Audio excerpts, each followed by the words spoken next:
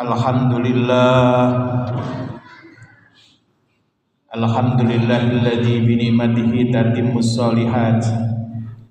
Nahmaduhu subhanahu ala ni'amihi dhahirah wa batinah, wa nashkuruhu ala ma aulana minal khairi wal iman.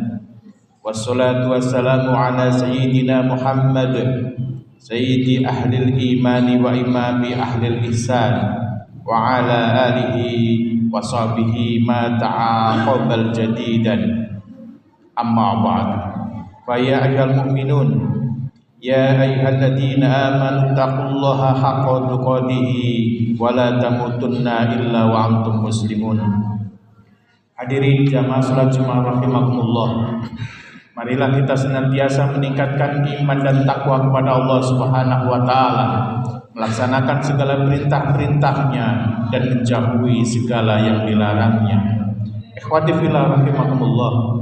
Setiap kita berada di bulan Dzulhijjah, kita diingatkan oleh dua sosok manusia yang sangat agung dan diagungkan oleh Allah Subhanahu wa taala, yaitu Nabi Ibrahim alaihissalam sebagai bapaknya para anbiya dan Nabi Ismail alaihissalam. Sekitar 4000 tahun yang lalu, Nabi Ibrahim alaihissalam diuji oleh Allah dengan ujian yang sangat mengguncang hati. Sebagaimana kita ketahui bersama, beliau telah lama menanti hadirnya seorang anak di usia senja. Ketika harapan manusia biasanya mulai redup, Allah justru menganugerahkan seorang putra yang sangat dicintainya, yaitu Ismail alaihissalam.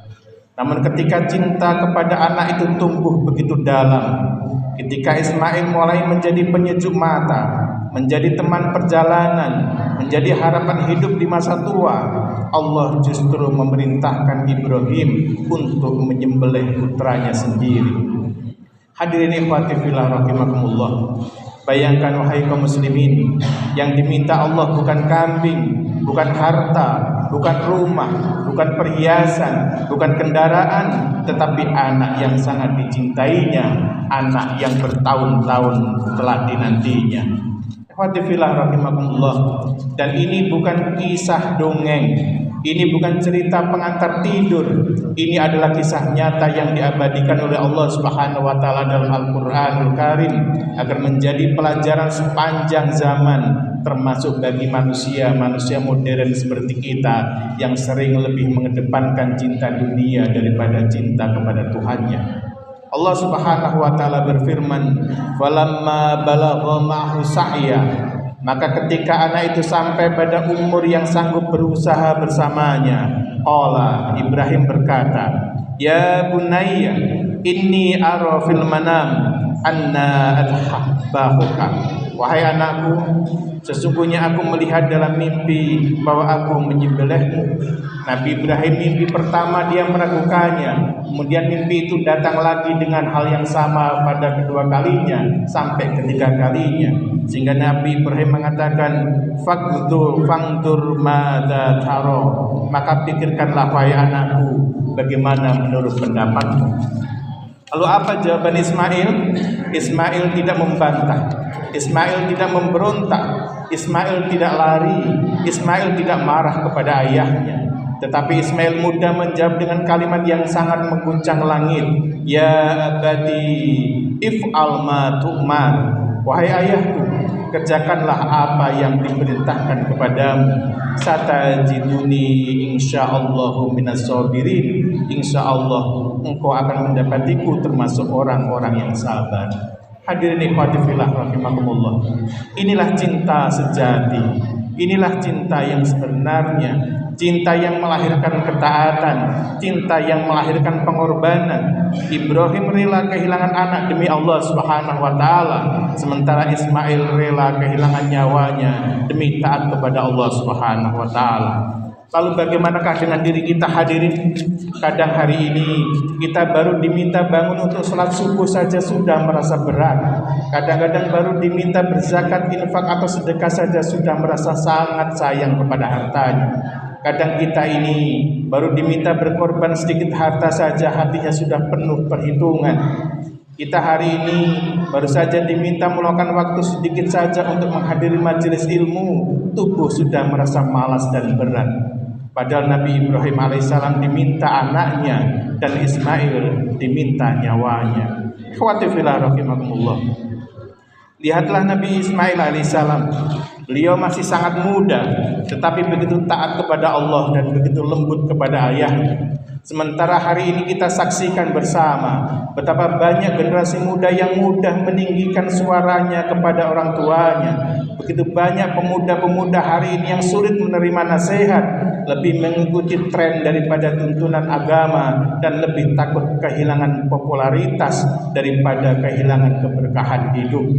Wahai kepada generasi muda, khatib sampaikan, jadilah seperti Ismail, taat kepada Allah, lembut kepada orang tua, sabar dalam ujian, dan menjaga adab dalam pergaulan.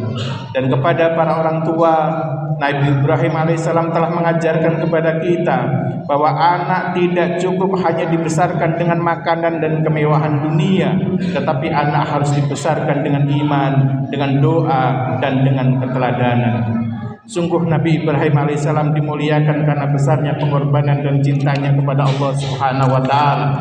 Nabi Ismail dikenang dan dimuliakan karena ketaatannya dan kesabarannya dalam menjalankan perintah Allah Subhanahu wa taala. Dan Rasulullah Shallallahu alaihi wasallam dikenang dan dimuliakan karena perjuangannya, karena pengorbanannya, dan karena kasih sayangnya kepada umat. Hadirin yang mulia, sekali lagi, lalu bagaimanakah dengan diri kita? Apa yang sudah kita korbankan untuk Allah dan agama ini? Apa yang sudah kita lakukan untuk mendekatkan diri kepada Allah Subhanahu wa taala? Apa yang sudah kita berikan untuk keluarga, untuk masyarakat, dan untuk umat? Hadirin yang mulia, jangan sampai hidup kita habis hanya untuk mengejar dunia, untuk mengejar pujian manusia, dan untuk mengumpulkan harta semata. Mari kita renungkan ikhwati fillah. Hidup ini sangat singkat. Dulu kita hanyalah seorang bayi yang tidak mampu berbuat apa-apa, digendong ke sana kemari, menangis lalu ditenangkan. Kemudian kita tumbuh menjadi anak-anak yang berlari tanpa beban, lalu menjadi remaja dengan tubuh yang kuat dan tenaga yang seakan tidak pernah habis. Kita merasa hidup masih sangat begitu panjang. Namun perlahan ikhwati fillah, kita menjadi dewasa, kemudian sibuk mengejar kehidupan, sibuk memikirkan dunia, hingga tanpa terasa umur terus berjalan. Dan hari ini rambut kita mulai memutih, wajah mulai dipenuhi keriput, tenaga mulai melemah, langkah tidak lagi sekuat dulu. Ikhwati fillah rahimakumullah, tanpa kita sadari umur kita sebenarnya sedang habis sedikit demi sedikit, hingga suatu hari nanti ikhwati fillah, suatu hari pasti akan datang. Suka atau tidak suka, siap atau tidak siap, rela atau tidak rela, kita semua akan meninggalkan dunia ini. Iya, kita semua akan mengalami yang namanya kematian. Hadirin yang dimuliakan Allah Subhanahu wa taala, rumah yang bagus akan kita tinggalkan, kendaraan yang mahal akan kita tinggalkan, jabatan yang tinggi akan kita lepaskan, harta yang banyak akan kita wariskan, dan tubuh yang selama ini kita rawat, tubuh yang selama ini kita banggakan, tubuh yang selama ini kita cintai, saat kematian itu datang akan terbujur lemah, dimandikan, dikafani, disolatkan, lalu diantar ke liang kubur seorang diri. Saat itu terjadi ikhwati fillah, sungguh tidak ada lagi yang tersisa kecuali amal soleh yang pernah kita lakukan. Maka berbahagialah orang yang hidupnya dipenuhi iman dan amal soleh. Berbahagialah orang yang ringan tangan membantu sesama. Berbahagialah orang-orang yang hatinya dekat dengan Allah Subhanahu wa taala, karena itu adalah bekal yang menemani kita saat manusia seluruhnya meninggalkan kita. Semoga Allah Subhanahu wa taala menjadikan kita sebagai hamba yang ikhlas seperti Nabi Ibrahim alaihissalam, sebagai hamba yang sabar seperti Nabi Ismail alaihissalam, dan sebagai umat yang penuh kasih sayang sebagaimana Nabi Muhammad sallallahu alaihi wasallam.